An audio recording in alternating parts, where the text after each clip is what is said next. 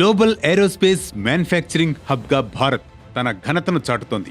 డ్రోన్లు, రాడార్లు, jet engineering రంగాల్లో ప్రత్యేకత చూపుతోంది. మేక్ ఇన్ ఇండియా, ఆత్మ నిర్భర్ భారత్ కింద దేశీయంగా ఉత్పత్తులను పెంచడం పైనే కాదు, ఎగుమతులు, R&D రంగాల్లో కూడా వృద్ధి సాధిస్తోంది. దాదాపు 5-6 సంస్థలు ఒక్కో రంగంలో ప్రత్యేకతను సాధించాయి. అన్నిటికంటే ముందుగా మనం ప్రస్తావించుకోవాల్సింది హిందుస్థాన్ ఏరోనాటిక్స్ సంస్థ గురించి. ప్రెసిషన్ ఎయిర్ క్రాఫ్ట్ ఇంజనీరింగ్ మ్యానుఫ్యాక్చరింగ్లలో HAL ప్రత్యేక భూమిక పోషిస్తోంది. Tejas MK1A, HTT-40 trainer air క్రాఫ్ట్లకు కొత్త అసెంబ్లీ లైన్లను ప్రారంభించింది. అలాగే తొలిసారిగా పౌర విమానయాన తయారీలో అడుగుపెట్టింది. రష్యా యునైటెడ్ క్రాఫ్ట్స్ కార్పొరేషన్ తో కలిసి స్థానికంగా SJ-100 రీజియన్ జెట్ తయారీలో భాగస్వామ్యం అవుతోంది. ఉత్పత్తిలో చురుగ్గా వ్యవహరిస్తోంది. అంతేకాదు 15,000 కోట్ల పెట్టుబడులకు ప్రణాళికలు రచించింది. ఈ ఆర్థిక సంవత్సరంలో సంస్థ ఆదాయం 30,105 కోట్లకు చేరింది. అలాగే చాలా ఆర్డర్లు ఇంకా పెండింగ్ లో ఉన్నాయి. ఇక రాడార్, ఎలక్ట్రానిక్ వార్ఫేర్ సిస్టంల తయారీలో భారత్ ఎలక్ట్రానిక్స్ సంస్థ ప్రత్యేకతను సంపాదించుకుంది.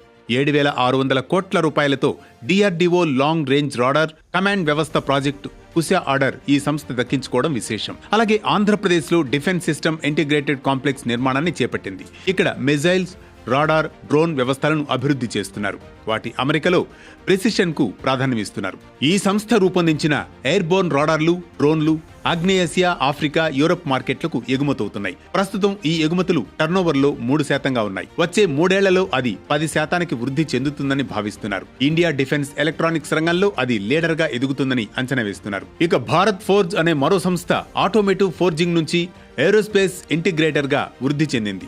ఇప్పటికే 9,467 కోట్ల రూపాయల ఆర్డర్లు సిద్ధంగా ఉంటే మరో 559 కోట్ల రూపాయల ఆర్డర్లు వచ్చే ఏడాది మొదటి అర్ధభాగంలో రావడానికి సిద్ధంగా ఉన్నాయి. తన అనుబంధ సంస్థ కళ్యాణి స్ట్రాటజిక్ లిమిటెడ్ ద్వారా అత్యున్నత స్థాయి రక్షణ ఉత్పత్తులను తయారు చేస్తోంది. ప్రధానంగా మిజైళ్లు, మానవరహిత విమానాలకు ఆర్టిలరీ విడిభాగాలు, ఏరో ఇంజనీరింగ్ భాగాలను అందజేస్తోంది.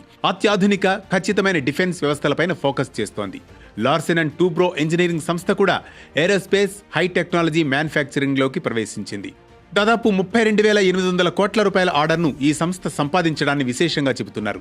L&T, భారత్ ఎలక్ట్రానిక్స్ లు కలిసి advanced medium combat aircraft ప్రోగ్రాంలో భాగస్వాములయ్యాయి. కోయంబత్తూరులో రాడార్ విడిభాగాలు, డ్రోన్ సిస్టమ్స్, ఏరోస్పేస్ టూల్స్ తయారు చేస్తున్నాయి. L&T హైటెక్ మ్యానుఫ్యాక్చరింగ్ రెవెన్యూలు వచ్చే ఆర్థిక సంవత్సరం నాటికి 33% పెరుగుతాయని అంచనా వేస్తున్నారు.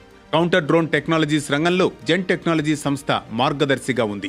దేశీయంగా 554 కోట్ల రూపాయల ఆర్డర్తో పాటు ఎగుమతులకు సంబంధించిన 120 కోట్ల రూపాయల కాంట్రాక్ట్ను ఈ సంస్థ పొందింది. 289 కోట్ల రూపాయల యాంటీ డ్రోన్ వ్యవస్థల తయారీకి సంబంధించిన 2 ఒప్పందాలను చేసుకుంది. అలాగే UAV ప్రాపల్షన్ సంస్థ నుంచి నావల్ సిమ్యులేషన్, రోబోటిక్స్ లలో తన సాంకేతికతను వృద్ధి చేసింది.